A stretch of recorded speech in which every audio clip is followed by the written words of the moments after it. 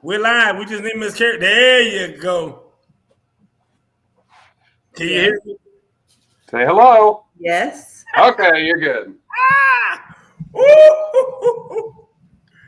There we go. How did I offend the football gods this week? No offense. Man, you must be in a different room or something. I can see your TV screen in your glasses or your computer screen. Oh, yeah. I'm turned this way. I got some new new monitors for work, and all my boxes are over here. So I'm trying. Is that right? I hear you. I'm just letting you know because, like I said, I know you're different from where you normally are. Do you play the guitar? No, my daughter does. Oh, okay. I see them guitars back there. I'm like, okay, wait a minute. Nope. Don't tell on yourself now. Tom, what's up, Tom? Tom in the building. Guess who's back? Yeah. About to be basketball season. Oh my God. Oh, they all coming out tonight. Had to get in the Bengals. Yes, they all coming out tonight. Yes. Family reunion. That's what I'm talking about. Hey, Mr. Butler, how you doing? I'm glad this is happening. Come on, I need to fill up in this thing tonight. Boy, I'm finna tell the truth. Oh, boy. Finna tell the truth, baby. I'll stay on for the Bengals conversation because, of course, I got to rep my team, and then I'll disperse. Of course you do, Travis. That's what this show is all about. You repping your team.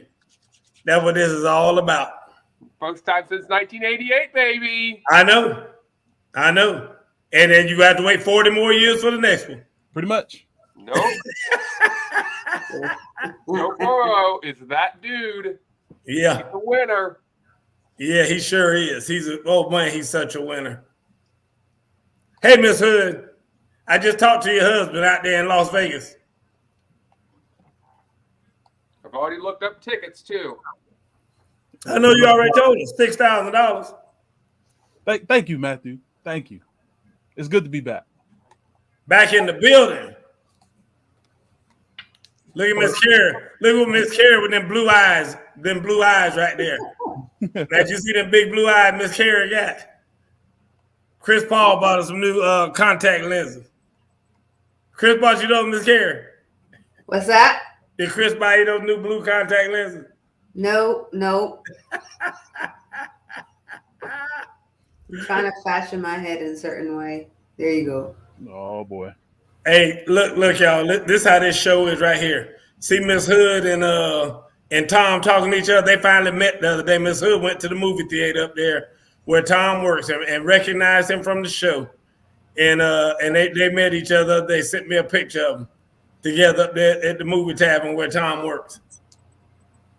That was all right there. Made my heart smile. Y'all made my heart smile, Tom. Nice.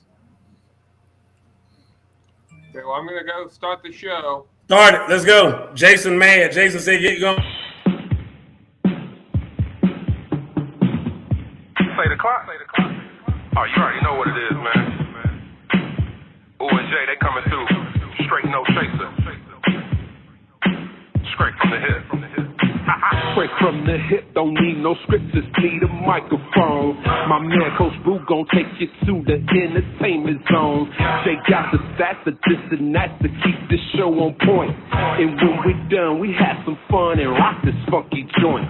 So if you will, sit back and chill, give us a chance to show ya. If one of y'all would like to call, we'll talk just like we know ya. We take control, then start the roll, and then there ain't no stopping. It's time to dip straight from the hip. Hey, y'all, let's get it poppin'. Hey, welcome Straight from the Hip. I'm your host, Coach Gerald Boo Mitchell, coming to you live from Black Mania. Look who back in the building. Man, I feel like they felt like on First Take with Stephen Aiken made it back. What's up, Herb? What's going on, everybody? Man, how the girls doing? We ended up the JV team ended up 7-5, so we did good. Well, you're above 500. That ain't bad for a coaching debut. Especially for a team of I only had 3 players that actually play organized ball before this year. So Oh, is that right? Well, you better than Brian Flores record. Maybe you can sue somebody and get you some money. it's going to be a little better next year. So I'm hyped for next year. But we still got the varsity going. So I hear you. Next week I'll be here still, and the week after that, I'll be back gone again for a couple more weeks. That's all right. It's good to have you back, Miss Carey. What's up, Miss Carey? I'm trying to make it so my eyes aren't blue, but I like those blue eyes. all is well. All is well. Yeah, I know. Y'all, that's what happened when, you have an NBA superstar for a boyfriend and he buys you some new contact lenses. You want to put them on and show everybody on the show. I ain't mad at you. I understand. Right. Them blue lenses look good. Go ahead and let them go on down. Terrible. Oh, I feel good today. Guys, I have been waiting for this show. And when we get to talk about Cincinnati in a minute, we're going to let Travis get back on here. Because this show is really kind of dedicated to not just Travis, but the Travises of the world. So we're going to talk to them in a few minutes. But anyway, let's go ahead. Travis, come on so we can go ahead and get this over with. We're going to talk about the AFC Championship game first. The AFC Championship game, Don't you shake your head like that, Irv. Huh? Don't you shake your head like that, Irv. Oh, okay. Yeah. Don't, well, everybody's going to shake their head at you, Travis. Every show got their little portion that everybody got to do that too.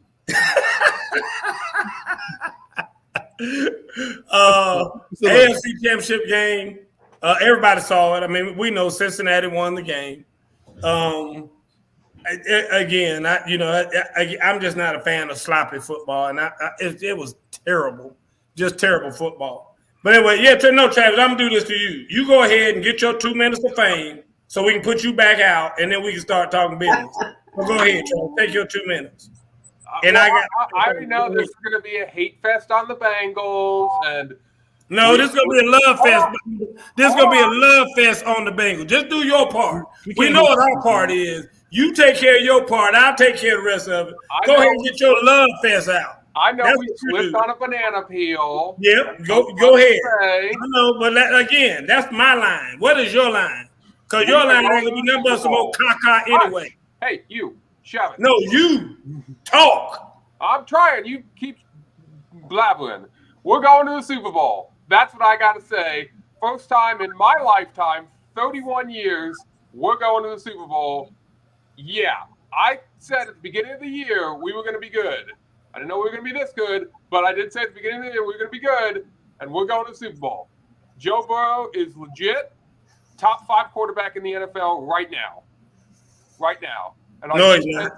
No, he's not. It's extremely underrated, as I've been saying all year. We shut down Mahomes to 3 points in the second half and overtime, just like we did when we played him in the regular season. We held him to 3 points. Okay. All right, can we talk now? Can Irv, I'm gonna let you talk first. I'm gonna let you be the appetizer. I'm gonna let you get the appetizer, Irv. I'm gonna come in and be the main course, but you go ahead, Irv. So, Travis, I want to apologize. I did choose the wrong AFC North team. You had a great season. I'll give you your props. But, man, if Kansas City didn't drop the ball on that game. Because our defense. I understand. And you can't finish the deal in the second half? Yeah. Is it more Kansas City or is it more Cincinnati? Oh, stop it, Irv. Stop it. Irv, stop stealing my joy. Oh. I'll cut it off because I don't want to do any more harm. Oh. Miss Carey, what you got? I say it doesn't matter. The Bengals are here. The Bengals are on the field. The Chiefs are at home. Thank you. End of story. Thank you. Thank you, Miss Carey. Oh, man, you know what? I love it. I love it. You know why? Because that makes perfect sense. Now, let's go back to Travis's little soliloquy that he just had a few minutes ago. Travis said, he said at the beginning of the season, they were going to be good. Who doesn't say that at the beginning of the season? Miss Carey, did you say at the beginning of the season, even Falcon fans will say at the beginning of the season, this are you. No, trust me. Oh, trust me. Oh yeah, you shake your head. Bullshit, Travis. You shake your head if you want to. Cincinnati. What were they saying in Cleveland? The town right down from you. What were they saying? Oh yeah, Cleveland Brown, Baker Mayfield, Odell Beckham, that other jackass from LSU. Oh yeah, Super Bowl baby, Super Bowl bound this year. Nothing's stopping us. This is our year. Everybody says that at the beginning of the year. So you're right, Travis. I guess we all should have paid attention to you when you said it, because everybody else was saying it too. This is the difference right here. This is where we get in trouble right here. This is where you go from saying you're being an analyst to just being a Joe fan. Because when you're an analyst, you are going to you're going to analyze. You're going to look at the fact that, okay, we're a young team, et cetera, et cetera, et cetera. We probably be a good playoff team, might make it to the playoffs, whatever. For instance, I am a San Francisco fan. I didn't say we were going to make it to the Super Bowl or anything like that. I said, I tell you this, ain't no way in the hell we ever going to win no Super Bowl with Jimmy Garoppolo as our quarterback. And that's exactly why our asses aren't going to the Super Bowl, is because Jimmy Garoppolo was your quarterback, just like I said on day one of this season. As soon as the season started, I said, don't matter. That's why I was a proponent for putting Trey Lance in there. I'm like, we got to take our lumps sometime. Why don't we just go on ahead and take our lumps now and let him be bad this year and then plan on doing something next year? Putting Jimmy G in there doesn't matter if we go. We could have gone 15-2. The 49ers. Yeah, we could have gone 15-2. I know what we're going to get to. I'm talking about the damn sorry-ass Cincinnati Bengals right now. We could have been 15-2. We wasn't going to do shit in the damn playoffs, not with no damn Jimmy G. And so that's an analyst. That's what an analyst does. What a sunshine up my behind fan does is say, we're going to be so good. We're going to be so good this year. We're going to the Super Bowl. We're going to the Super Bowl. The Jets fans do that. The damn Giants fans do that. I mean, the damn Jacksonville Jaguars. We got Trevor Lawrence, and we got the best coach ever in college. Yeah, we going to Super Bowl. Everybody does that shit at the beginning of the year. No. Because it's that pie in the sky, sunshine up your behind, think everybody's going to be good. But at the end of the day, when you do the math and it starts playing out, you start saying, okay, I see now where we are. Because, Travis, even you, midway through the season, start saying, well, I don't know. This might be, it does. I don't know how it's looking now. All this other stuff, start doubting and guessing. So don't act like you just from day one knew this was going to happen and et cetera, et cetera, et cetera. Because I called you out. I said, wait a minute, Travis. Are you rebuilding or are you not? Are you going to the damn Super Bowl or not? Did I not? And did you not? So to answer your question, halfway through the season, you did ask me that. What's going on? And I said, we're having a difficult time this year. You're right. We had lost a few games. Our offensive line wasn't protecting Burrow, but I still stood by and said, I think we're going to at least make the playoffs and we're going to win the North. And when you get to the playoffs, anything can happen. And I said that the entire season. Yes, we did lose some games we probably shouldn't have. The Jets, the Bears come right off the schedule. And I'll admit it, right? Like, we lost those games. But every team loses some games. But right now where we're at, just like I said, I still said we were going to make the playoffs, and we did, and now we're in the Super Bowl. And just like I said with Miss Carey, what Miss Carey said a few minutes ago, it wasn't no sunshine up behind us. She said, it doesn't matter how we got there. We're there. You know what? I can accept that. I'm good with that. But when you try to act like this was orchestrated and this, that, and the other, and it wasn't some slipping on some banana peels, because, trust me, you didn't really slip on a banana peel the other day in that game. The damn Chiefs slipped on a banana peel. That's who really slipped on banana peel, because they damn, and there was a lot of outcry out there about how they need to fire the offensive staff and this and that and all. It ain't all that. It ain't all that. Was it some bad calls made? It was some terrible calls made. Some absolutely terrible calls made. Was it some bad quarterbacking? Quarterback made some, like that damn pass he tried to throw that got intercepted by the lineman that tipped it and caught it. Put that in your playbook and say, hey, we know we're going to get 7 points every game by one of our linemen tipping one and running it back for a touchdown. So yeah, there was some slipping on banana peels and everything else. Two, one, but he didn't take it back to the house for a touchdown, and two, the defensive line had studied the playbook and watched Kansas City and knew that out of that formation, that's a play that they typically run. So that's why the defensive lineman didn't rush the passer. He was in the right call. He was in the right position to make the play, and he made the play. Again, like I said, poor play calling by the damn Kansas City Chiefs. You want to give all the credit to your team because you're a fan, and that's what you have to do. But I'm telling you right now, you ask anybody on the planet. I was watching it during the game. Even the damn whatchamacallit was talking. The damn people announcing the game were talking about how in the world why are Andy Reid and Eric Bieniemy shutting this thing down now? I didn't realize it because I don't follow Andy Reid, but Jason was all over. Jason was like, "This is typical Andy Reid." He said, "Irv, you can tell them about some of those years in Philly when Andy Reid had the same type of stuff." And I'm just like, I'm not an Andy Reid guy, so I did not know that. But it was just crazy to me how you slice this team up in the first half, and then all of a sudden you get so conservative, like they were scared. And I'm telling you right now, it's because we changed our defense. We made defense. I know. Yeah, you did, Travis. Okay, I'm gonna tell you this: watch the game. When you are playing not to lose instead of playing to win, that's what happens. And that's what happened with Kansas City. Kansas City was playing not to lose instead of play to win. Play to win. I've never, just like I put in the chat, I have never, ever seen a bigger fall of a team. I can't remember. I don't think I've ever seen one this big. Well, we know the Falcons did in the Super Bowl. I mean, we ain't talking about that. But outside of that, because I didn't even watch half of that because I was so disgusted they were winning it all, I quit watching. But I have never seen, this is me personally, a bigger fall of a team than it was in that game. And you can see even the expression on the faces. Did you see the lineman? The lineman on that, the lineman was just like, the offensive lineman was just mesmerized. Like, I don't believe anybody on that team went in at halftime and felt like they were going to lose that game. They could possibly lose that game. The game was over.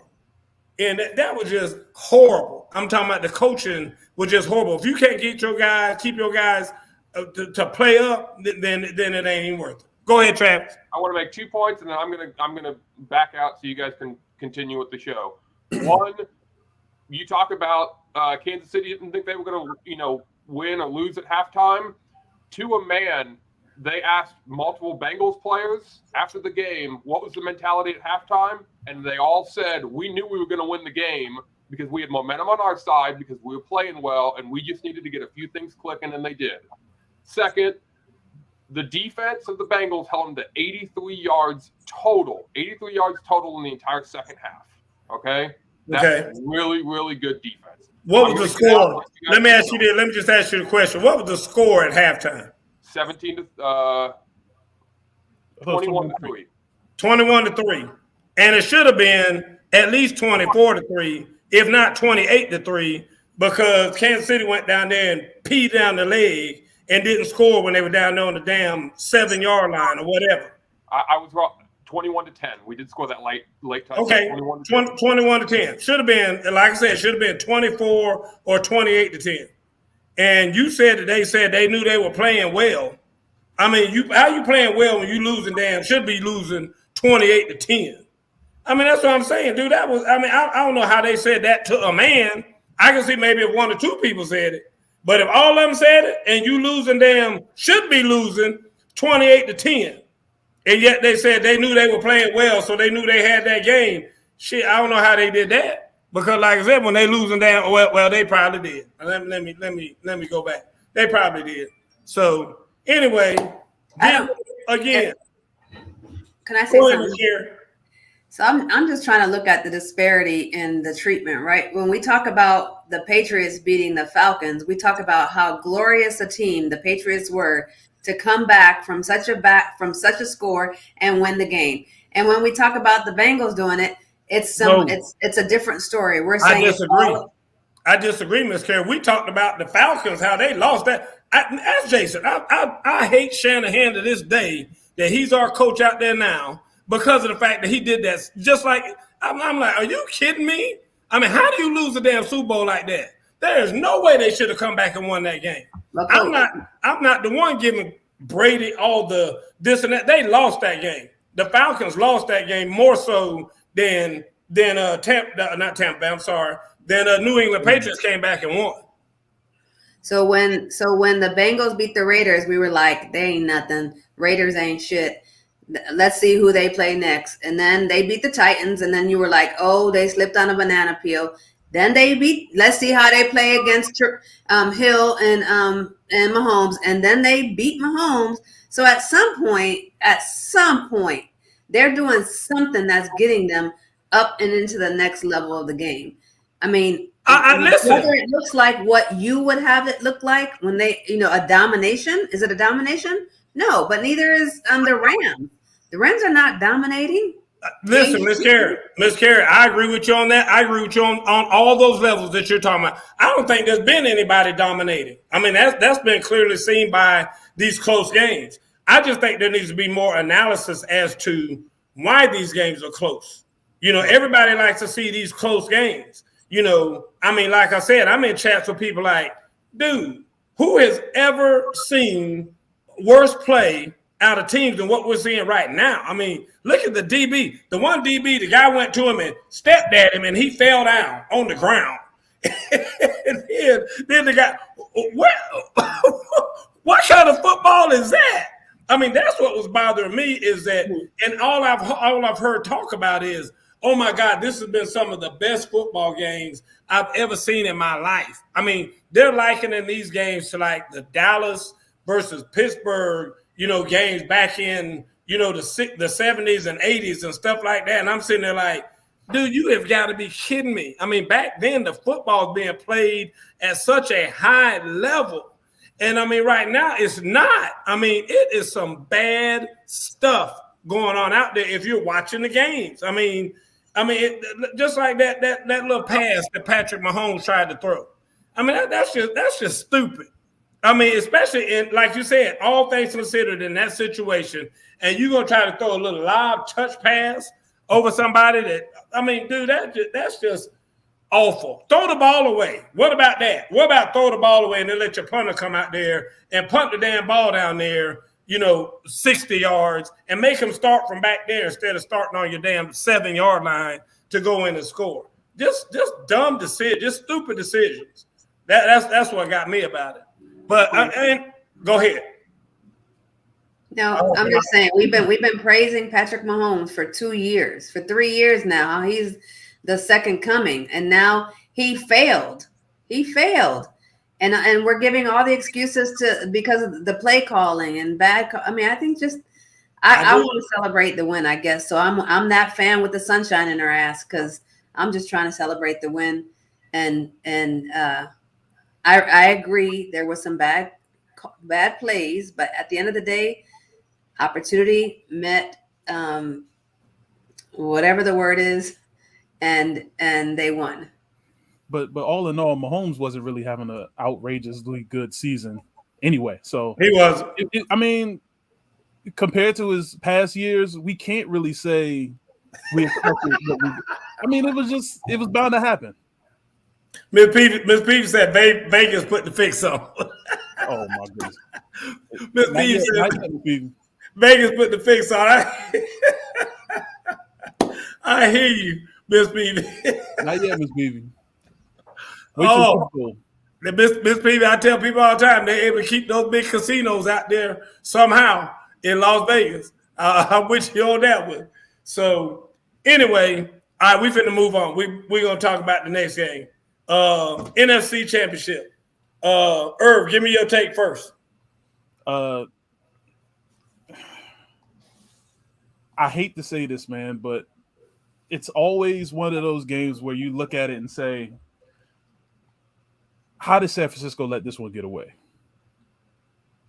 We can all point to one play and be like, the drop pick hurt them. But I mean, Stafford basically went back to Detroit mode and gave him a gift of God, and he still. That's true. That's true.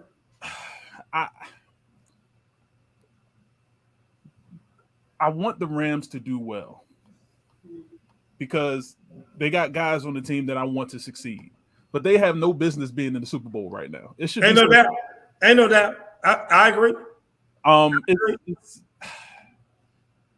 think it's going to be an exciting game. I know that the Rams are going to make Cincinnati work. So, all in all, it's an ugly game. I enjoyed the game, but I really didn't enjoy the game. Like, it was a lot of points in that game. I was just like, all right, this is some good football right here. Then there was points in the game I was just like, why am I even watching this? But it's been like that for the entire playoffs in my eyes, though. It's been some bad football. It's been some bad for the trained eye. It's been some bad football. I'm gonna tell you that right now. Miss Carey, what do you think? Give me your NFC rundown. For the untrained eye, I would say that Matt Stafford has to play better. I'm glad that they won, but they haven't dominated like they should be with the roster that they have. I think it's going to be a blowout, though. I think they're going to blow the Bengals out.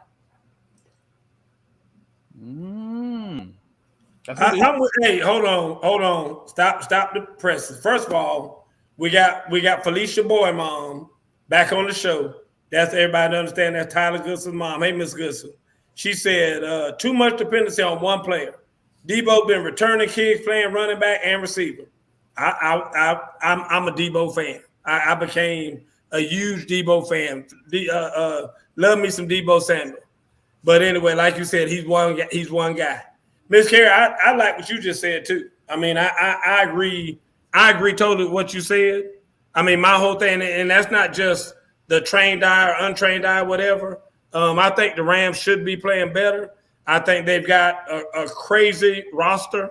I mean, offense and defense, when you look at all the stars they have, and they should be, you would think, dominating. But for whatever reason, they're not. Here's my take on the AFC game. I think it was in the first drive where I said it's confirmed that San Francisco is not going to win this game. You know what happened? In the first drive, and Jason saw it too, because me and Jason both sent a text about it. George Kittle was running wide open in the first drive, and Garoppolo missed him by a mile. I mean, it wasn't even close. Garoppolo overthrew him by like 10 yards, and it would have been a touchdown. Kittle ran like a little seam route, going right down the hash, and Garoppolo overthrew him by about 10 yards. And then Jason said, I remember Jason said something about it. I said, there we go. There it is right there. And then I'm going to just wrap it up by saying this. The last drive, when you saw that San Francisco had 1 minute and 25 on the clock, I think they had 1 minute and 25 to go in the game. San Francisco has 1 minute and 25 to go in the game. You know what I said? I was sitting there watching with somebody. You know what I said to him? I said, he gonna throw an interception. I called Jason. I said, did you not know he was going to throw an interception? He said, same thing. I knew he was going to throw an interception. And then he did. Of course, he threw it ridiculously. It should have been not as bad as what he did. He threw a ridiculous interception. Ridiculous. And we cannot win a Super Bowl with Jimmy Garoppolo. That's why I don't understand why now. Everybody's saying, well, he's gone next year and Trey Lance is going to be in there. Well, guess what? Trey Lance is going to have to go through his rookie year now, and you're going to be terrible because he's going to be terrible because that's what you are in the NFL your first year. You're not going to be good. Especially somebody who has some of the deficiencies that he has because he's not quite as tall. I know he's going to run around there a little bit and all that like Kyler Murray does and whatnot. But nonetheless, for you to understand defenses and do all that, it's going to be hard to do in your first year, point blank. So my thing is, I'm sitting back now asking you guys, do you think it was the right decision to play Garoppolo this year and not play Trey Lance? You know what? I hate to say it this way, but in a way, they kind of had no choice. You got the prototypical veteran that's already on your roster, and you got a young guy that needs at least 1 year to sit, especially after what happened last year. So I think under the circumstances, they had to do it. Okay, Chris Trice said yes. He thinks it was the right decision. What do you think, Ms. Carey? I mean, I just keep thinking that they weighed their options and they thought, even though we're going to get rid of Garoppolo at the end of the season, it's better for us to go with him throughout this season than it would be to have Lance. Like, something in Lance's talent repertoire isn't enough to even surpass a man that they know is on his way out, from my perspective. And I mean, like you said, I kept thinking, okay, they're just going to say, we're going to just take our lumps. We're going to put him in here and take our lumps, and we'll be better prepared for the next season if we give him some reps now. But it looks like they felt like they were ready to win now. I don't know that. I guess they thought they might win the Super Bowl. But the dumb thing is, why is it when everybody says they're ready to win now, it's because of the veteran and not because of the rookie? Mm-hmm. Well, I hear you. Here's my thing. And again, looking a little bit more forward, all you've done, though, by getting to the point you did and losing is cost yourself another year. Because when you're trying to win a Super Bowl, you got to think about the contracts of all these guys. Some of these guys' contracts, are going to be up now, say not this year, but next year, and you're not going to be ready to win. So now that you've gotten Trey Lance some games under his belt, and you've done what you've done to prepare him, now he's prepared, but you don't have a team anymore because now you got three guys in free agency to keep him. You think he's your starting quarterback next year? Oh, I hope not. I mean, I hope damn Aaron Rodgers decides to come home is what I'm hoping for. I'm hoping Aaron Rodgers decides he's going to come home. They say he's from San Francisco. I'm hoping he'll come home and be our quarterback. That's what I'm hoping for more than anything. So maybe Trey Lance he's just a second string. I'm saying he might be a starter. We both know it ain't going to be next year. And like I said, I don't know how much more time Debo has on his contract, or Kittle, or a lot of the pieces that they're going to need to keep, in order to be a good football team.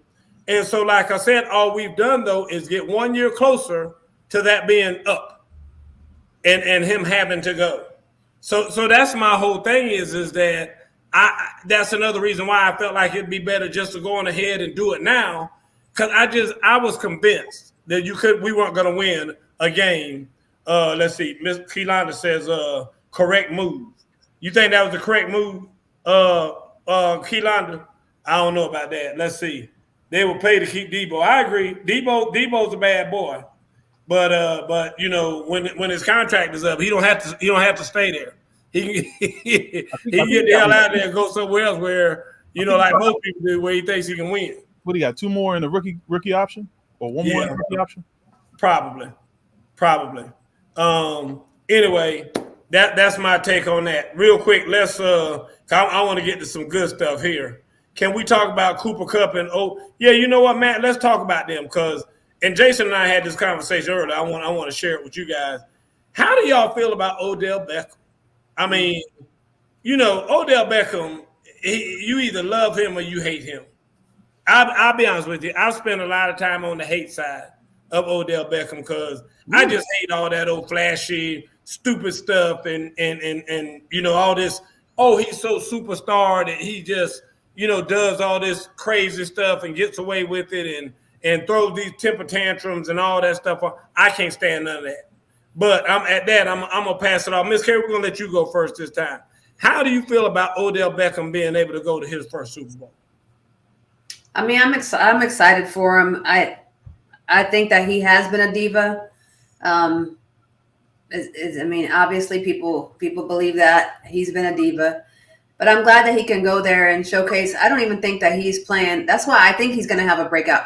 Somebody's going to have a breakout game. It's either going to be Matthew Stafford or Odell Beckham, or the two of them together, because they have relied a lot on Cooper Kupp. But I'm celebrating that both Beckham and Stafford are in the Super Bowl. Matt, Chris Trice said Kupp is the MVP on that offense. 100%.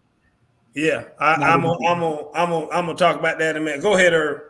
Yeah, me personally, and coming from a guy who used to be his rival team fan, I've always been a fan of Odell Beckham, even in college when Landry was getting more pushed than he was, and I was trying to figure out why.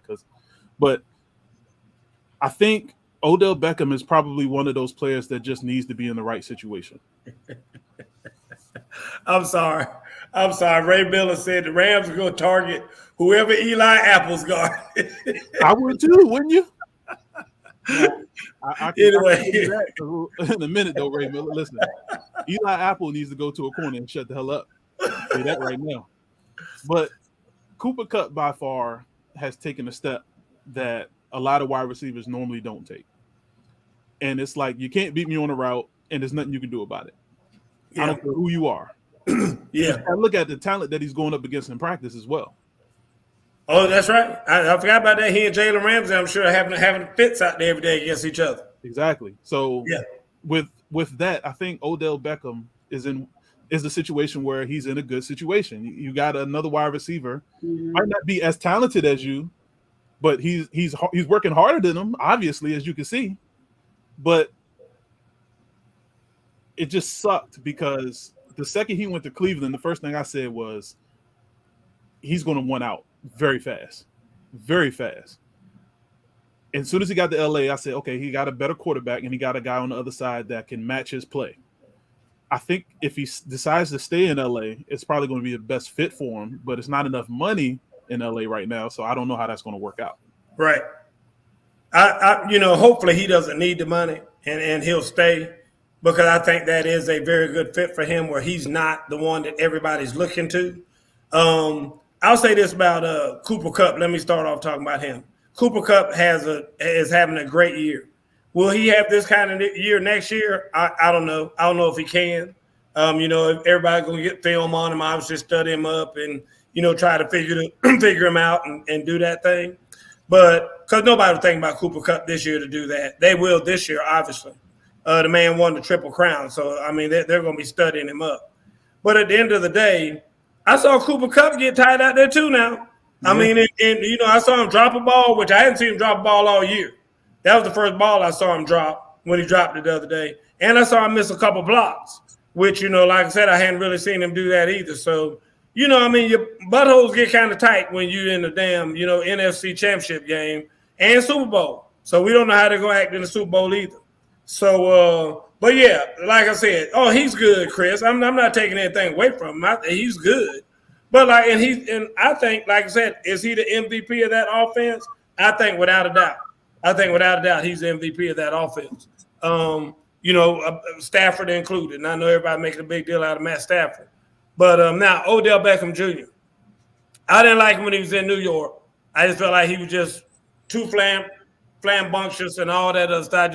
He didn't do it for me. When he went to Cleveland, I didn't like him because, again, you got his daddy talking to the media on his behalf and down bad talking Baker Mayfield. Much as I hate Baker Mayfield, let me talk about him. You shouldn't be talking about him. That's your teammate. So I don't ever like seeing that when people talking about their teammates and all that. But I feel happy for him. I really do. I feel like he's had a lot of growth, and I've seen a lot of growth this year. And I mean, I think he's been humble because right now, the way I'm looking at it is he's like the number 3 at best, option on that team. They're going to hand the ball off to Cam Akers. They're going to throw it to Cooper Kupp. And then Odell, if they're not available, we're going to throw the ball to you. And I think that's where he needs to be to really, like I said, be able to fit in somewhere where he's not number 1, where he's not out there looking for the ball every play. He's very thankful when he does get the ball. And I think that might be a comfortable place for him right now. So, Now, quick question: Yes, sir. Would you compare this to the same situation that Randy Moss went through? Ooh, I don't know now. I don't know because see, Randy Moss to me throughout his career was always the number one. Like I've never viewed Randy Moss. I feel like whatever team he went to, he was always the number one option. Odell Beckham is clearly now not a number one option. He might not even been a number one when he was with Baker Mayfield because they still had Jarvis Landry, and he was still back being Jarvis Landry's little brother again. Right. That's what they were hoping for Julio Jones. Ooh, Julio might be going through that too right now. Had to bring that name up right there. Tennessee might not be a good fit. He might go somewhere else and blow up. I know, but I think they were hoping that. I'm gonna do the same thing that Stephen A. did when he heard Ben Roethlisberger retire. He found out on air they were doing a segment. They said Ben Roethlisberger just announced he retired, and he just said, "Wait, Stephen A." He said, "Thank God."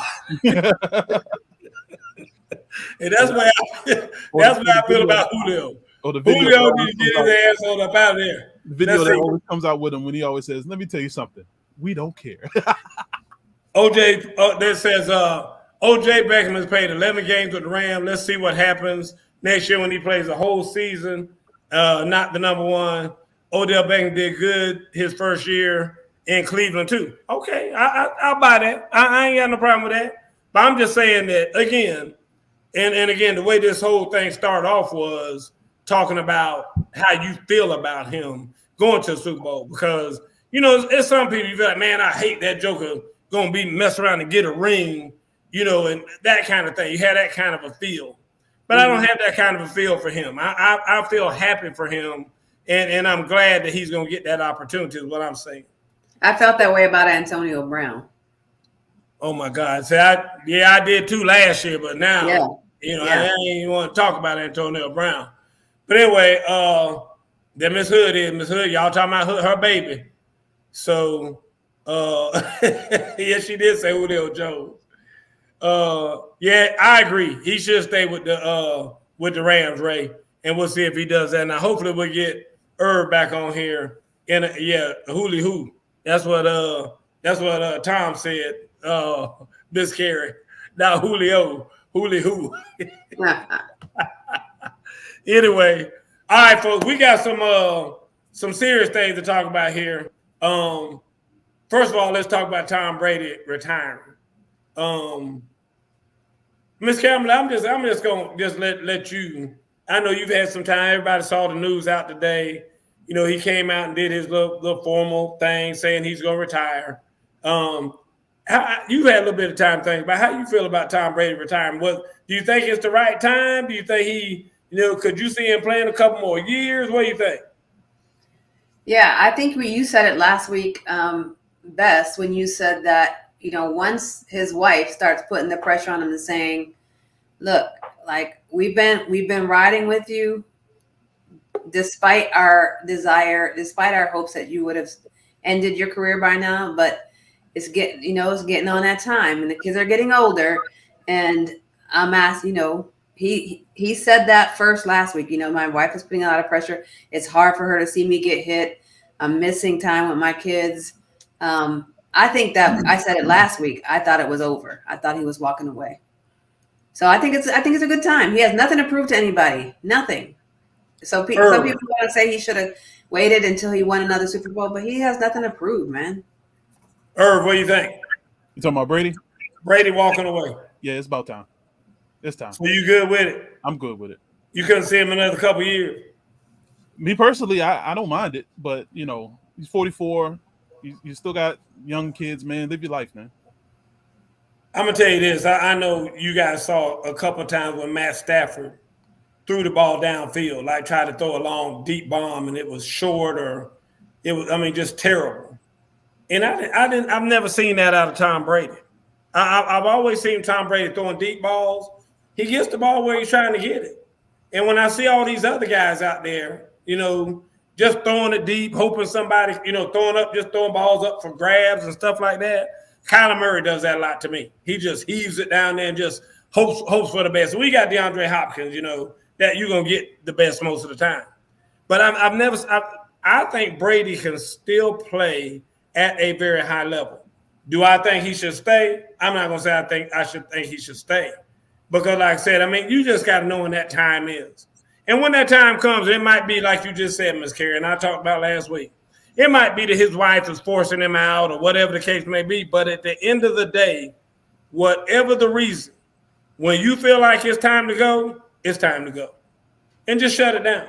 So if he feels like this is his time, whether it's just because he's tired of her nagging and complaining and all this stuff about whatever, if it's time to go, just go and be happy with your decision and don't look back. I pray to God he doesn't do a Brett Favre or any of these other guys, who retired and then came out of retirement. Man, please don't do that.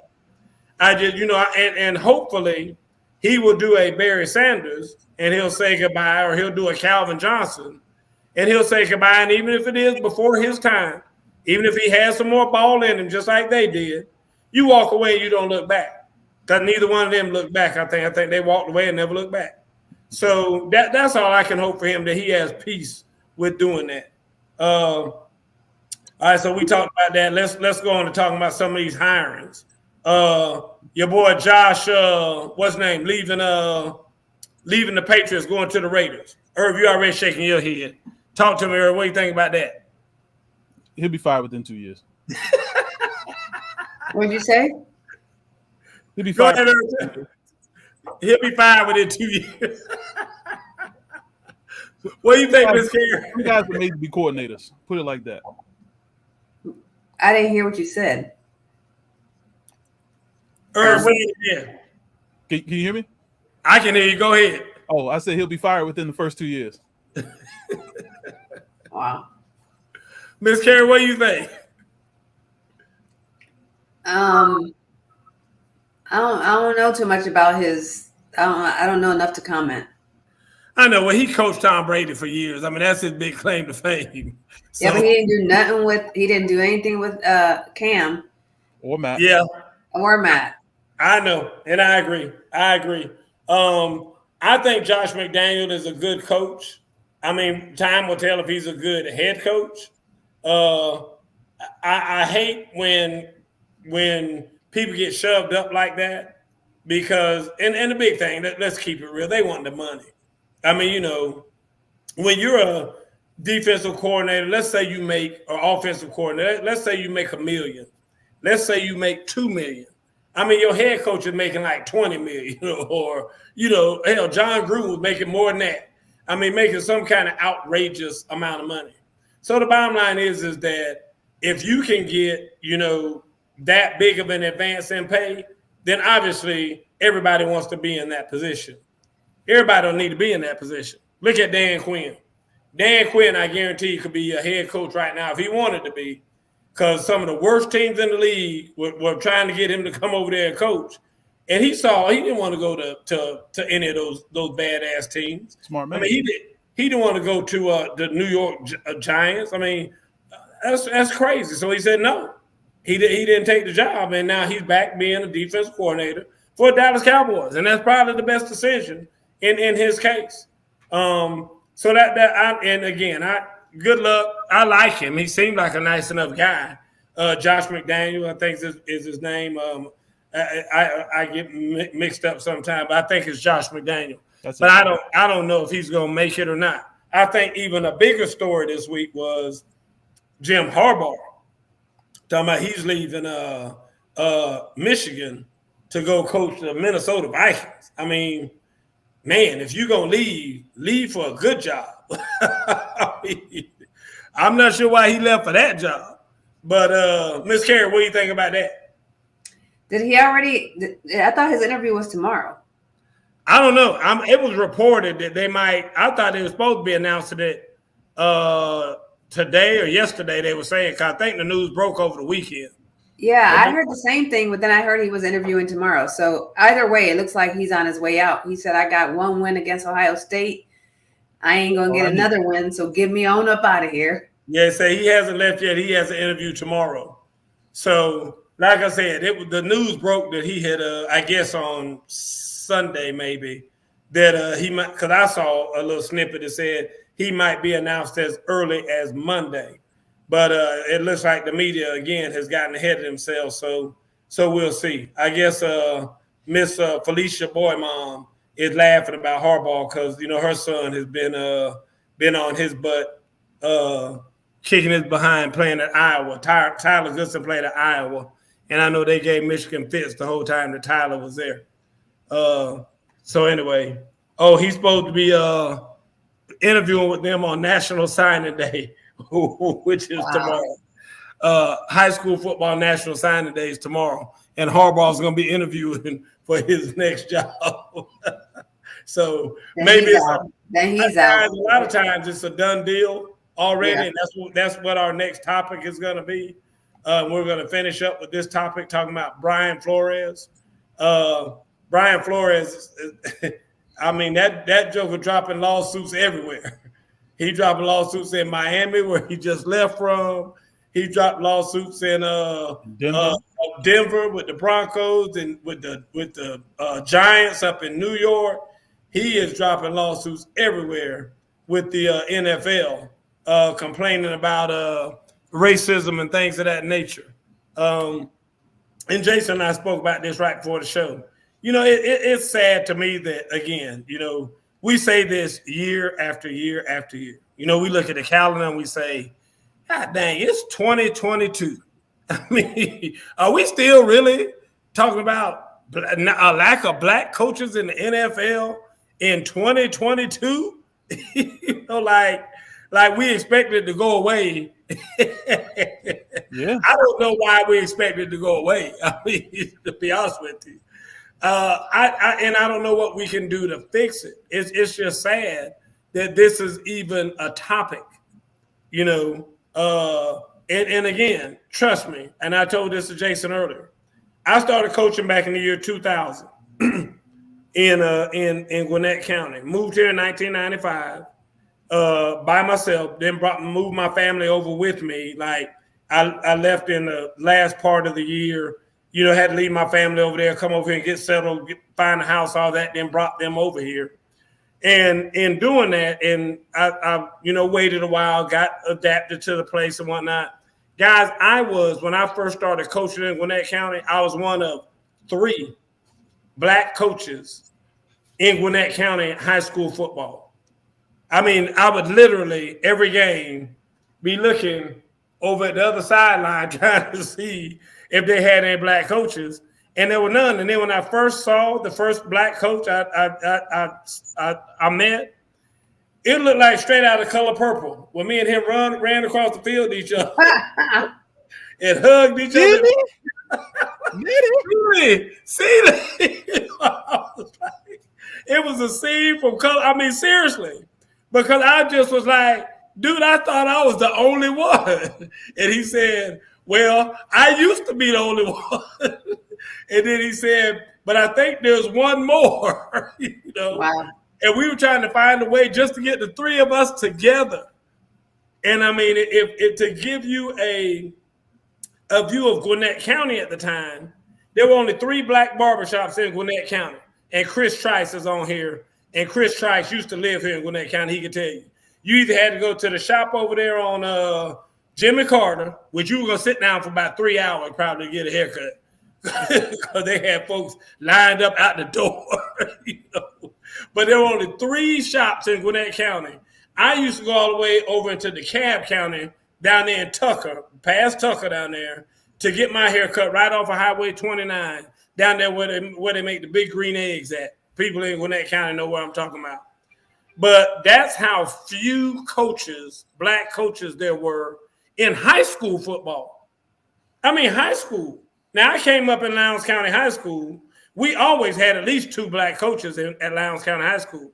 We had Coach Hiram Johnson, and we had Coach O.C. Williams. And so I grew up with black coaches on my team.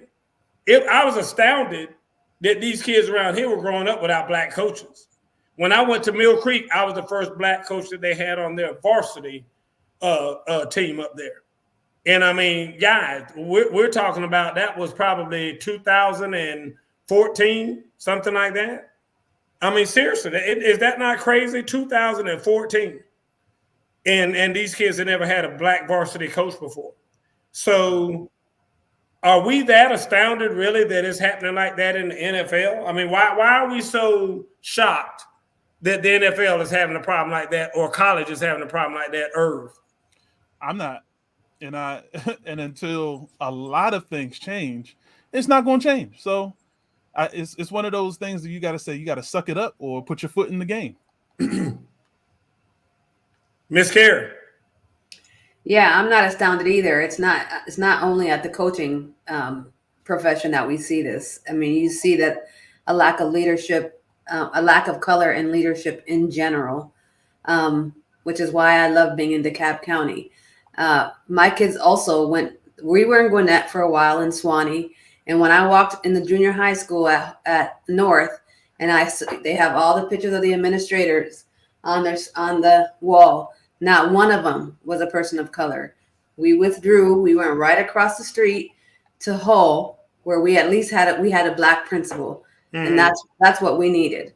That's what I needed for my kids, and eventually down here in DeKalb County, where the school system is predominantly run by people of color. So in my business, I'm in pharmacy, same thing. You can see the higher you go, the thinner the filter, the thinner the funnel gets. And I think that's the truth in coaching as well.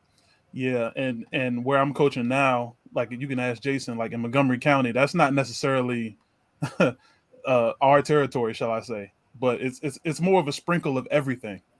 And you know, when I first got there and I interviewed and I seen every coach for every sport, the first thing I thought was, okay, this is going to be interesting. I don't know how this interview is going to go, but the one thing that I do like, especially working in this county, is the fact that they don't go on how you look. They go on what you know. So they're not just going to hire anybody just because, like Jerry Jones would say, good old boys club. It's basically, they basically just quizzed me. What do I know? How many years did I play? What can I teach? And why did I want this job? And before I even got out the interview, I just seen the eyebrows raised of the knowledge that I was giving them. And they were just like, if we don't get this guy on our staff, it's going to be a problem. So, I mean, if people are getting hired like that for these roles, I can't put race into it. But for anybody growing up where it's starting to get more sprinkled of minorities in a lot of places, you kind of, for a lot of parents, they want that comfort to know that they're putting people in place for these roles just because, you know, parents are iffy where they want to take their kids, just like Harry said. Sure. And if you put some type of positive outlook to the parents that everyone is in the role just to make everything work out the same for everyone, then, you know, a lot of things will start to change. But, you know, a lot of people just want to hire people that look just like them and just move on with it. I agree. Matt Collette said the issue is they have qualified candidates, so there's no excuse why they don't have more black coaches. Chris Trice says the big issue is lack of opportunity black coaches get, but what is equally bad is the short rope they have them on. They get half the opportunity to fail.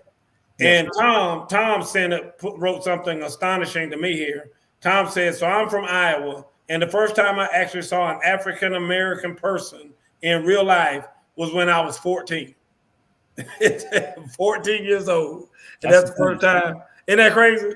All right, real quick, guys. We're going to give our Super Bowl picks, and y'all can put your Super Bowl picks in there, too. Come back, Travis. Travis, come back in and give us a Super Bowl pick. Give us a point spread, too, Miss Carey. We're going to start with you because you're the only one who mentioned that L.A. was going to mollywop Cincinnati. So let's give us your point spread. I got to think about it. I know we were doing point spread. Give me a minute. That's okay. That's all right. We'll come back to you. Irv. Yeah, I got the Rams by 10. 10? Okay. Travis. Oh, you got to stand up. You got to. For the first time in the history of the Cincinnati Bengals, they're going to win the Super Bowl. They're going to win by 6 points. It's going to be 30-24. All right, 6 points. Travis says Cincinnati by 6. Miss Carey, what you think now that you've heard the two of them? I say the Rams by 17. Oh, 17. Woo-hoo! you gonna Miss take that to Carey, Vegas? my girl, Miss Carey. You gonna take that to Vegas? Damn, I was gonna go 15, Miss Carey. You make me want to go higher now. I'm gonna stick with mine. I'm gonna say 15. Now, this is what I told Travis earlier. We're gonna allow you to change your opinion next week. This is just like Vegas, because Vegas has a line set right now. We don't know if some dumbass is gonna go out there and get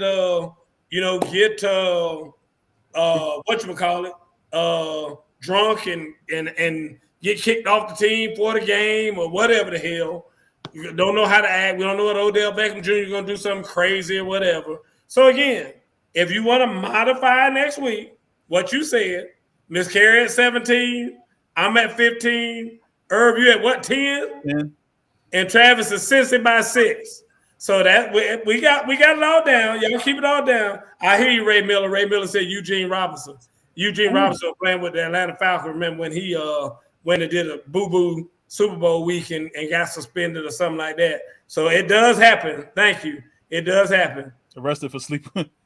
What you want to hear Joe Burrow come out of my mouth for, Matt? What you want to hear Joe Burrow come out of my mouth? What you want me to say about Joe Burrow? That he's in the top 5 quarterbacks in the league right now? Like Travis said. I mean, that joke is still shitting yellow like we stay down south. You know what that means? His ass is just a baby. y'all wanna throw people up there in the top 5. That joke ain't played 5 years. And y'all want to throw somebody in the top 5. All these damn quarterbacks been out here learning this trade and slaving and all that all this time. Y'all trying to throw people up in the top 5. There you go. Yeah, I said his name. I damn sure said it. Sure did. Arrested for sleeping with a prostitute. Yeah, something like that, Chris Trice. So y'all know how the game goes. Yeah, we need everybody to be back here next week because it's going to be Super Bowl week. And, guys, there's going to be some storylines. Come on now. Y'all know how this is going to be plenty of storylines. So we need everybody to be back here next week. Thank you, Ray Miller, Tom, as usual, Matt, as usual. I got breaking news. My buddy from way back. Oh, what's the breaking news? What you got? Is the DC, can y'all see it? Commanders. I heard that's what it was going to be. Oh, my God.